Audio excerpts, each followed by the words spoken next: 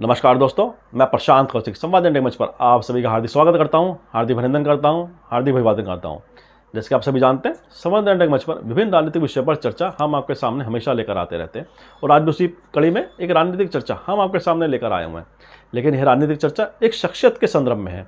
वह शख्सियत पिछले अनेक वर्षों से भारतीय राजनीति के केंद्र बिंदु बनी हुई हैं और लगातार भारतीय राजनीति को प्रभावित करने की क्षमता भी रखती रही हैं और हमेशा भारतीय राजनीति उनके इर्द गिर्द सिमटी भी रही है।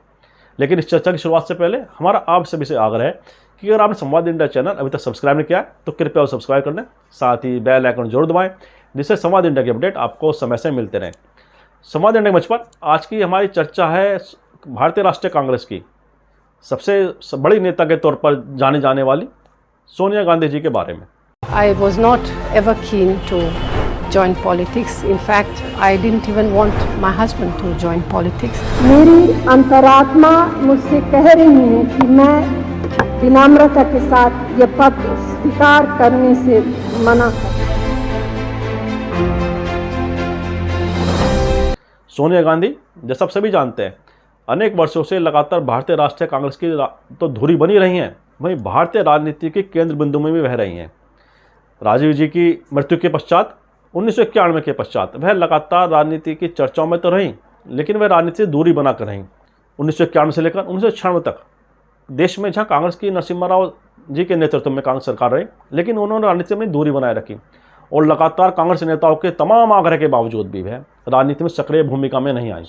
लेकिन 1996 के चुनाव के बाद जब कांग्रेस विपक्ष में आ गई, ऐसे में कांग्रेस नेताओं के बीच आपसी द्वंद्व खुल के सामने आने लगे और जो कांग्रेस के वरिष्ठ नेता थे उनमें आपस में एक दूसरे को पछाड़ने की एक होड़ लग गई थी। कांग्रेस पार्टी में मतभेद सामने आने लगे थे। जो कांग्रेस के वरिष्ठ नेता थे उनमें एकता की कमी स्पष्ट रूप से दिखाई देती थी। तो ऐसे में सोनिया गांधी कांग्रेस के नेताओं का आग्रह पुनः ठुकरा नहीं पाई और उन्होंने कांग्रेस में सक्रिय भूमिका निभाने के लिए हाँ कर दी। उसके पश्चात कांग्रेस में सोनिया गांधी के युग की शुरुआत होती है और कांग्रेस के वरिष्ठ नेताओं के द्वारा जो लगातार सोनिया गांधी से आग्रह किया जा रहा था, सोनिया गांधी उसको स्वीकार करते हुए कांग्रेस की राष्ट्रीय अध्यक्ष बन जाती हैं। लेकिन इसके कुछ समय के पश्चात ही जब प्रधानमंत्री पद के लिए बात आती है तो उस विषय पर कांग्रेस पार्टी के अंदर फिर से विवाद पैदा होता है और कांग्रेस पार्टी के जो वरिष्ठ नेता थे शरद पवार के नेतृत्व में पी ए संगमा जैसे लोगों ने कांग्रेस को छोड़ दिया। वह कांग्रेस और सोनिया गांधी के लिए बहुत ही बड़ा एक झटका था। कहा जाता है कि सोनिया गांधी की जो राजनीति में सक्रिय भूमिका निभाई उसमें तमाम वरिष्ठ नेताओं की भूमिका थी। वह लगातार सोनिया गांधी से आग्रह कर रहे थे, लेकिन सोनिया गांधी के अध्यक्ष बनने के पश्चात जब प्रधानमंत्री पद की बात आई, चर्चा हुई, तो ऐसे में शरद पवार ने और पी ए संगमा जैसे वरिष्ठ लोगों ने कांग्रेस छोड़ दी। तो सोनिया गांधी के शुरुआत में ये बड़ा झटका माना जाता था। लेकिन झटके के बावजूद सोनिया गांधी ने जब कांग्रेस में अपनी सक्रिय भूमिका निभाने स्वयं को तैयार कर लिया था तो वह उस भूमिका के प्रति पूरी तरह समर्पित हो गई और उन्हें कांग्रेस के तमाम जो नेता थे उन सबको एक मंच पर लाने का प्रयास किया। विभिन्न राज्यों में जो कांग्रेस के छत्रप थे उन सबको एक मंच पर लाने का प्रयास किया, उनके आपस के जो टकराव थे उन सबको दूर करने का प्रयास किया। और सोनिया गांधी के जब कार्यकाल शुरू हुआ कांग्रेस पार्टी के अंदर, उस समय कांग्रेस की जो कमज़ोर स्थिति, क्योंकि उस दौर में बीजेपी के पास अटल बिहारी वाजपेयी जैसे कद्दावर नेता का नेतृत्व था। लाल कृष्ण अडवाणी और मुरली मनोहर जोशी के साथ ही अटल बिहारी वाजपेयी, त्रिमूर्ति जो कही जाती थी बीजेपी के लिए, उन तीनों नेताओं की भारतीय राजनीति में बहुत मजबूत पकड़ माने जाते थे और अटल बिहारी वाजपेयी के नेतृत्व में एनडीए सरकार देश में चल रही थी। तो ऐसे में माना जाता था कि अटल बिहारी वाजपेयी जैसे कद्दावर नेता को हराना किसी भी सूरत में किसी भी नेता के लिए मुमकिन नहीं है। ऐसे में सोनिया गांधी ने कांग्रेस की कमान संभाली और उस समय कांग्रेस की अगर स्थिति का हम आकलन करें, मुश्किल से 4 राज्यों में उनकी सरकार हुआ करती थी और 140 के 41 के आसपास उनके सांसद थे। निश्चित रूप से कांग्रेस की राजनीति रूप से बहुत कमज़ोर दिखाई देती थी। तो सोनिया गांधी को लेकर भी तमाम तरह की बातें भारतीय राजनीति में कही जाती थी। उन्हें कहा जाता था कि वह अच्छी संगठनकर्ता नहीं हो सकती हैं क्योंकि उन्हें भारतीय राजनीति का उतना ज्ञान नहीं है, उतनी समझ नहीं है, क्योंकि वह विदेश में जन्मी हैं, पली बढ़ी हैं। और लेकिन उसके पश्चात भी सोनिया गांधी ने जब से राजीव जी से विवाह करके वह पश्चात भारत में आई थी, उसके पश्चात उन्होंने जिस तरह से भारतीय नारी के रूप में अपने को ढाला, भारतीय संस्कृति को, भारतीय संस्कार को जिस तरह से उन्होंने आत्मसात किया, वह यह दिखाता है कि सोनिया गांधी निश्चित रूप से ये तो था कि उनका जन्म विदेश में हुआ है, वहाँ की संस्कृति में पली बढ़ी है वो, लेकिन भारतीयता उन्होंने जिस तरह से आत्मसात किया वह भारतीय लोगों ने उसको स्वीकार किया। भारतीय संस्कृति को, भारतीय संस्कारों को लेकर सोनिया गांधी ने जिस तरह से अपने को प्रदर्शित किया है और लगातार अपने आचरण से, अपने पहनावे से, अपने जो उनके बच्चे हैं उनके जो उन्होंने संस्कार दिए हैं वह दिखाई देते हैं। परिवार के प्रति जो बाउंडिंग दिखाई देती है बच्चों के अंदर, जो एक समझ दिखाई देती है, वह सोनिया गांधी के संस्कारों को जो उन्होंने बच्चों को शिक्षा दी है परिवार को लेकर, वह स्पष्ट दिखाई देती है। और सोनिया गांधी की यही विशेषता उन्हें भारतीयों के दिलों में बसा गई। सोनिया गांधी की जो इस तरह की राजनीति और जो उन्होंने अपने को एक भारतीय संस्कृति के अंदर आत्मसात करते हुए प्रदर्शित किया, वह भारतीयों के दिलों को छू गई। और भारत के लोगों ने, भारत के मतदाताओं ने, जो कांग्रेस कमज़ोर हो रही थी, उन्होंने अटल बिहारी वाजपेयी जी को सरकार, जिसे कहा जाता था कि वह अजय सरकार है, उसको कोई हरा नहीं सकता है, वह किसी भी तरह से हारने की स्थिति में नहीं है, और प्रमोद महाजन जैसे जो उनके रणनीतिकार थे, जिनके बारे में कहा जाता था कि वह भारतीय जनता की जो नमज को पहचानते हैं, किस तरह से भारतीय जनता सोचती है, विचार करती है, और तमाम तरह के जो उनके प्रचार था, तमाम तरह का जो उनका बड़ा हाईटेक प्रचार था, उसको पछाड़ते हुए सोनिया गांधी के नेतृत्व में कांग्रेस की सरकार, गठबंधन की सरकार 2004 में अस्तित्व में आ गई। तो ये सोनिया गांधी की पहली बड़ी सफलता थी राजनीतिक तौर पर, जबकि सोनिया गांधी को राजनीतिक रूप से अपरिपक्व माना जाता था। कहा जाता था कि अटल बिहारी वाजपेयी जैसे नेता के सामने सोनिया गांधी कहाँ राजनीति में टिक पाएंगी। लेकिन 2004 का चुनाव परिणाम जब आया, सभी ने, उनके पक्ष विपक्ष में जितने भी उस समय नेता थे, सभी ने सोनिया गांधी के नेतृत्व की सराहना की, प्रशंसा की। और जो उनके तमाम विरोधी थे, जो कांग्रेस को छोड़ गए थे, शरद पवार जैसे लोग, उस समय वह जो कांग्रेस के द्वारा यूपीए गठबंधन बनाया गया उसका वह हिस्सा बने, और उन्होंने सोनिया गांधी के नेतृत्व को स्वीकार किया, क्योंकि सोनिया गांधी यूपीए की चेयरपर्सन बनी। तो इस सोनिया गांधी की राजनीतिक रूप से पहली बड़ी सफलता थी देश के अंदर। लगातार अपनी जिम्मेदारी निभाती रही, और कांग्रेस का जो ग्राफ है देश के अंदर वह बढ़ता गया। विभिन्न राज्यों में सरकारें कांग्रेस की बनी। जब सोनिया गांधी के नेतृत्व में कांग्रेस और यूपीए की सरकार गठन का रास्ता साफ हो गया था, तो ऐसे में तमाम नेताओं, कार्यकर्ता उनके घर के बाहर इकट्ठे हुए थे, वह लगातार सोनिया गांधी से प्रधानमंत्री पद स्वीकार करने की मांग करने लगे। ऐसे में माना यह जा रहा था कि सोनिया गांधी निश्चित रूप से भारत की प्रधानमंत्री बनने की तरफ अग्रसर हो चुकी हैं, वह क्योंकि बहुमत यूपीए के पास, कांग्रेस के पास आ चुका था। ऐसे में सोनिया गांधी निर्विवाद रूप से यूपीए की चेयरपर्सन बनकर पूरे गठबंधन का विश्वास अर्जित कर चुकी थी, और सभी ये लोग ये मान रहे थे कि अगली प्रधानमंत्री देश की सोनिया गांधी बनने जा रही हैं। सोनिया गांधी ने सभी को चौंकाते हुए एक ऐसा निर्णय लिया जिसने सोनिया गांधी की भूमिका को भारतीय राजनीति में बहुत ऊंचा स्थान दे दिया। सोनिया गांधी ने स्पष्ट रूप से प्रधानमंत्री पद स्वीकार करने के लिए मना कर दिया। अंतरात्मा मुझसे कह रही है कि मैं विनम्रता के साथ ये पद स्वीकार करने से मना दिया, और उन्होंने मनमोहन सिंह का नाम प्रस्तावित कर सबको चौंका दिया। भाई, देश को अर्थशास्त्री के रूप में देश को ऐसा प्रधानमंत्री दिया जिसने देश की अर्थव्यवस्था को नए सिरे से बुनने में, नए सिरे से ढलने में, नए सिरे से बनाने में बड़ी भूमिका निभाई। और सोनिया गांधी का यह निर्णय उस समय ऐसा भावुक पल कांग्रेसियों के लिए था, कांग्रेस जनों के लिए था, जो कि इसको किसी भी तरह से मानने को तैयार दिखाई नहीं देते थे। वह लगातार सोनिया गांधी के ऊपर प्रेशर बना रहे थे कि सोनिया जी, आप ही हमारे नेता हैं, आप ही प्रधानमंत्री पद स्वीकार कर लिए। लेकिन सोनिया गांधी अपनी बात पर अडिग रहीं। सोनिया गांधी के साथ राहुल और प्रियंका बिल्कुल स्पष्ट रूप से उनके साथ खड़े अडिग रूप से दिखाई दिए, और सोनिया गांधी का यह निर्णय उन्हें भारतीय राजनीति में एक बड़ी स्थान देने में कामयाब रहा। और कांग्रेस जन ये हमेशा कहते हैं कि सोनिया गांधी जैसा त्याग कोई भी नेता नहीं कर सकता है। वहीं विपक्षी दल विभिन्न तरह के आरोप लगाते हैं, लेकिन कांग्रेस के जो लोग हैं, कांग्रेस समर्थक जो लोग हैं, इस बात के लिए सोनिया गांधी के व्यक्तित्व की बुरी बुरी प्रशंसा करते हैं कि यह जो त्याग है वह हर किसी के लिए संभव नहीं है। और सोनिया गांधी की यह 2004 के बाद से लगातार वह भारतीय राजनीति की केंद्र बिंदु में बनी रहीं। अंतर्राष्ट्रीय स्तर पर भी उन्हें सबसे प्रमुख हस्तियों में से गिना गया, प्रमुख महिलाओं में माना गया, और सबसे मजबूत महिला के तौर पर में जो गिनती होती है देश दुनिया में, उनमें उन्हें स्थान मिला। तो सोनिया गांधी की जो राजनीतिक यात्रा थी, जो 1998 में भारतीय राष्ट्रीय कांग्रेस के अध्यक्ष बनी, वह लगातार इस कार्यभार को संभालते हुए कांग्रेस पार्टी को बहुत ऊंचाई पर ले गई। और उस समय जब कांग्रेस पार्टी को जिन्होंने कमान संभाली थी सोनिया गांधी ने, उसमें माना जाता है कांग्रेस पार्टी का भविष्य कोई अच्छा नहीं है। कांग्रेस पार्टी दिन पर दिन अपना जनाधार खोती जा रही है। लेकिन 2004 में सरकार बनी यूपीए की, उसके पश्चात 2009 में एक बड़ी सफलता सोनिया गांधी ने राजनीतिक रूप से फिर प्राप्त की, जब वह यूपीए की सरकार दोबारा से बनाने में कामयाब रही। उनके नेतृत्व में गठबंधन की सरकार बनी। देश ने, गठबंधन ने पहले से ज़्यादा सीट लाकर कांग्रेस ने अपनी प्रमुखता को दोबारा से भारतीय राजनीति में स्थापित किया। तो सोनिया गांधी की ये राजनीति में ये ऐसी दो बड़ी सफलता थी जिसने सभी को चौंका दिया। राजनीतिक पंडित ये चौंक गए देखकर कि कैसे सोनिया गांधी के नेतृत्व में कांग्रेस पार्टी लगातार आगे बढ़ रही है। ऐसे में जब भारतीय राजनीति का पूरा सारा केंद्र सोनिया गांधी की तरफ केंद्रित हुआ करता था, ऐसे में राहुल गांधी का भी राजनीति में उभार होता है, और सोनिया गांधी राहुल गांधी को कांग्रेस की कमान देने के लिए धीरे धीरे कदम अपने बढ़ाने लगी। देश में राजनीतिक चुनौतियां भी कांग्रेस के प्रति बढ़ रही थी। तो उस दौर में कांग्रेस विभिन्न मोर्चों पर एक साथ लड़ाई लड़ती दिखाई देती थी। जहां कांग्रेस राहुल गांधी को राजनीति में एक नेतृत्व देने की तैयारी कर रही थी, वहीं दूसरी तरफ अन्ना हजारे के नेतृत्व में देश में लोकपाल का एक आंदोलन अपने जगह बना रहा था। उसमें अरविंद केजरीवाल, मनीष सिसोदिया ऐसे लोग देश की जनता को अपने साथ जोड़ने में अपना प्रयास लगे हुए थे। वहीं दूसरी तरफ बाबा रामदेव के नेतृत्व में भी एक आंदोलन दूसरी दिशा पकड़ता दिखाई दे रहा था। तो विभिन्न मोर्चों पर लड़ती कांग्रेस और यूपीए गठबंधन के लिए उसमें चुनौतियां एकदम बढ़ गई थी।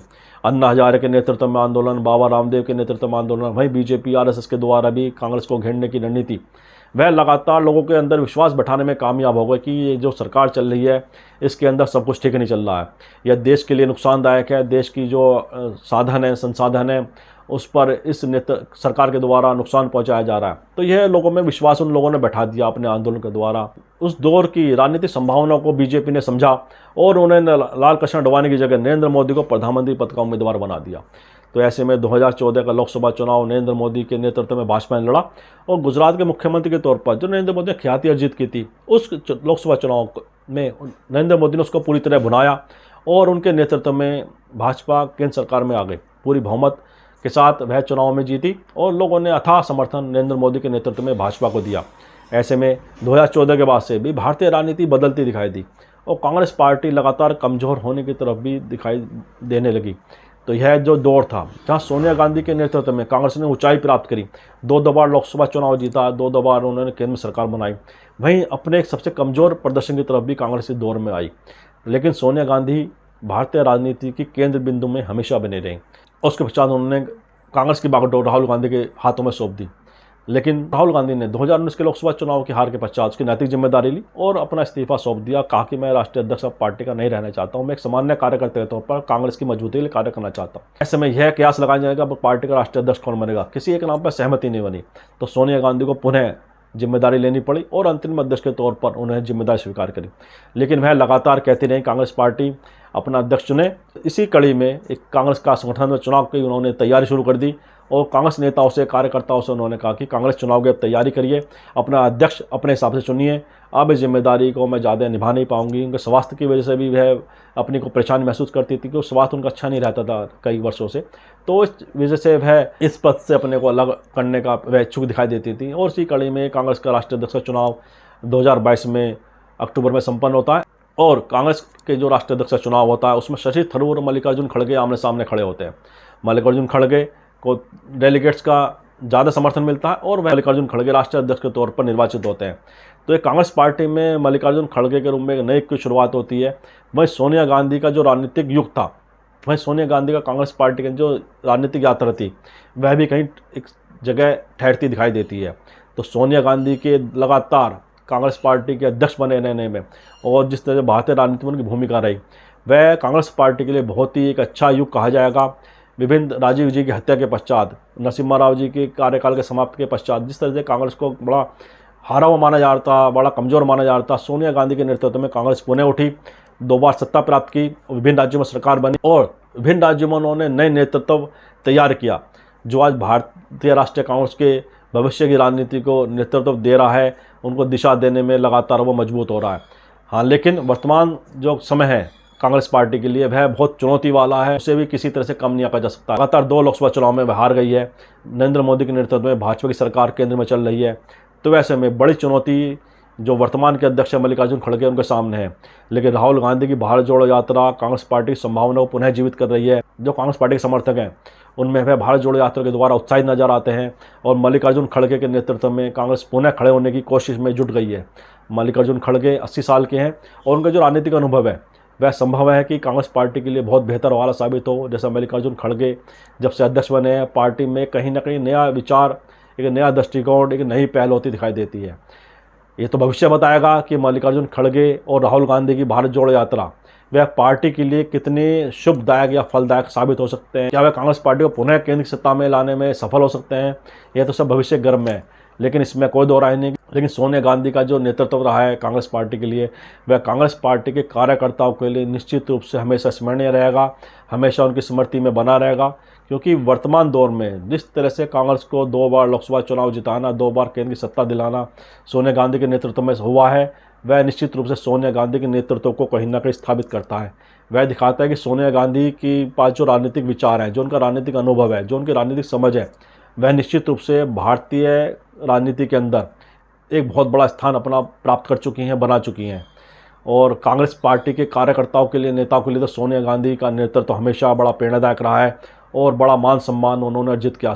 सोनिया गांधी ने अपने कार्यभार को जब मल्लिकार्जुन खड़गे को सौंपते हुए उन्होंने जो स्पीच दी है, उसमें भी उन्होंने कांग्रेस पार्टी के तमाम कार्यकर्ताओं का आभार व्यक्त किया है और धन्यवाद व्यक्त किया है। कहा कि आप लोगों ने जो मुझे सम्मान दिया है वो हमें हमेशा मेरे लिए स्मरणीय रहेगा और मैं अपने जीवन के अंतिम पल तक उसको हमेशा संजो कर रखूँगी। तो सोनिया गांधी भावुक हो गई उस अंतिम अपने भाषण देते हुए मंच पर, जब मल्लिकार्जुन खड़गे को अध्यक्ष के तौर पर उन्हें प्रमाण पत्र दिया जा रहा था, उन्हें जिम्मेदारी दी जा रही थी। मैं राहत महसूस कर रही हूँ। मैं इसे स्पष्ट करना चाहती हूँ। राहत इसीलिए कि आपने इतने वर्षों तक मुझे जो प्यार और सम्मान दिया है, यह मेरे लिए इस तरह से गौरव की बात है कि उसका एहसास मुझे अपने जीवन की आखिरी सांस तक रहेगा। लेकिन यह सम्मान एक बहुत बड़ी जिम्मेदारी भी थी। मुझसे अपनी क्षमता और योग्यता के अनुसार जितना बन पड़ा उतना किया। आज मैं इस दायित्व से मुक्त हो जाऊंगी। यह भार मेरे सिर से उतर जाएगा, इसीलिए स्वाभाविक रूप से मुझे राहत का एहसास हो रहा है। मैं आप सबको भी दिल से धन्यवाद देती हूँ कि आपने हमेशा अपना सहयोग और समर्थन मुझे दिया है। अब यह जिम्मेदारी खड़गे जी के ऊपर आ गई है। तो सोनिया गांधी की राजनीति भारतीय राष्ट्रीय कांग्रेस के लिए अनमोल निधि के तौर पर हमेशा जीवंत बनी रहेगी और कांग्रेस कार्यकर्ताओं के मन में उनके प्रति जो आघात चढ़ता है, वह सोनिया गांधी को वह सम्मान हमेशा देती रहेगी जिसकी वे हकदार रही हैं और जिन्होंने अपने योगदान से भारतीय राजनीति को और भारतीय राष्ट्रीय कांग्रेस को बहुत कुछ दिया है। इन्हीं शब्दों के साथ आज की चर्चा को विराम देते हैं और सोनिया गांधी के अच्छे स्वास्थ्य की हम इस वीडियो के माध्यम से कामना करते हैं और साथ ही आप सभी से हम आग्रह करते हैं कि इस वीडियो को लाइक करें, शेयर करें, कमेंट करें। साथ ही संवाद इंडिया चैनल को सब्सक्राइब करना, बेल आइकन जरूर दबाएं जिससे संवाद इंडिया के अपडेट आपको समय से मिलते रहें। आप सभी का बहुत बहुत धन्यवाद, बहुत बहुत अभिवादन।